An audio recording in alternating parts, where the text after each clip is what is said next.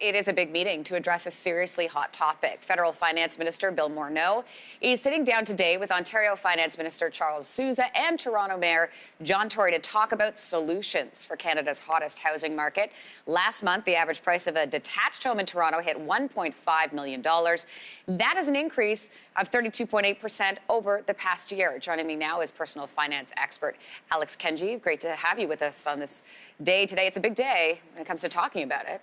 It is. You know, we're having a really important meeting today between the federal, provincial, and municipal decision makers on this issue. That's when you know it's a real crisis of national importance, when all three levels of government get together, and particularly when the meeting is requested by the federal finance minister as opposed to the reverse. So what's the goal? What are they hoping to achieve today? Well, I think what they're trying to do is just have a little bit more coordination. We know that all three of these individuals are concerned by the housing market. They all have different ideas about it, but up to now, each level of government has been acting kind of on its own. So what we would hope to see is for them to just compare notes, see where each person's head is at, so that you don't have these different governments working at cross purposes. Right, because Toronto is so specific in what's happening here. If you go elsewhere in the country, you're not seeing the housing increase in the price that you are seeing in places like Toronto and Vancouver. So let's talk about options on the table. Got the foreign buyers tax that they implemented in Vancouver. That's one option. In the Globe and Mail today, I'll just hold this up.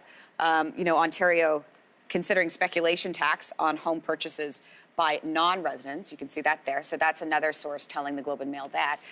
What other options are you hearing, and what's viable?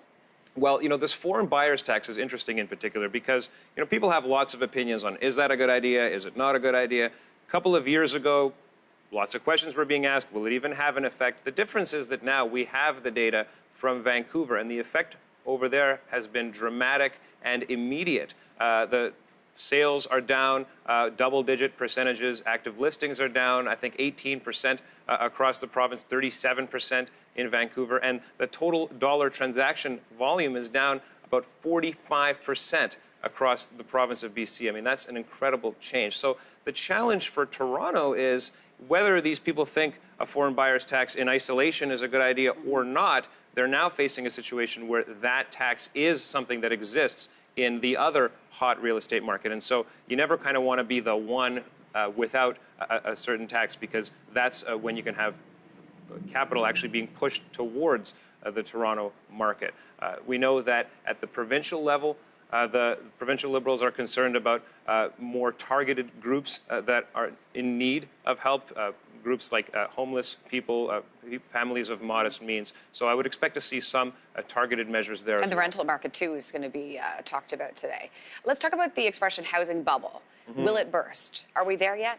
I think yes, we're seeing a burst before our very eyes, but I would caveat that by saying that it was never really one big bubble. What we've kind of had is a series of regional bubbles, like a bubble bath, and some of those are bursting right now. You see prices are tumbling very, very dramatically in British Columbia, in Vancouver in particular, Calgary as well. Some of these oil-producing regions in Alberta are seeing double-digit drops already today. Meanwhile, Toronto, of course, still showing no signs of slowing down. But I think the big question is, when will that bubble actually burst? Because what does that really mean for people, homeowners, and people getting into the market? If we say the bubble has burst, what does that mean?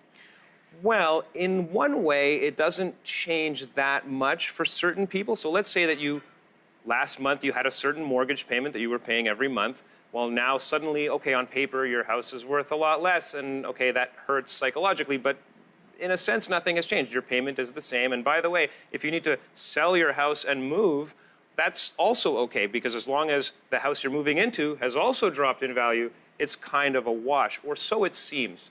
The problem arises when it comes time to refinance. And so every 5 years or so, people don't really think much about this, but technically what happens is the bank actually pays off your mortgage in full and gives you a new, fresh mortgage, new money, and now it's a brand new instrument. And so this doesn't really matter, and people don't usually think about it. But the problem is, what if the total amount that they're comfortable lending you depends on what percentage of the house price? So if the house price drops 30, 40%, well, that loan is no longer 80% of house value. Now it's 110, 120%. So you could have a situation where people are declined for their renewal. And that's without an interest rate hike. It could be even worse if interest rates move at the same time. Could we be throwing around the R word, recession, perhaps? We could. I mean, it is a very It's dangerous territory. It's a fragile recovery, right? And housing is a bigger and bigger percentage of the economy. So for sure, this is one of the reasons why so many politicians are cautious. They want to cool down the market, but of course, they don't want unintended spillover consequences, especially today, where unlike in 2008, we have sustained low oil prices in the background that are causing a lot of pain in areas like Alberta, Newfoundland, Saskatchewan, et cetera. Great information. We'll be watching closely that meeting today and to see what happens. Thanks so much, Alex. Thank you, Lindsey.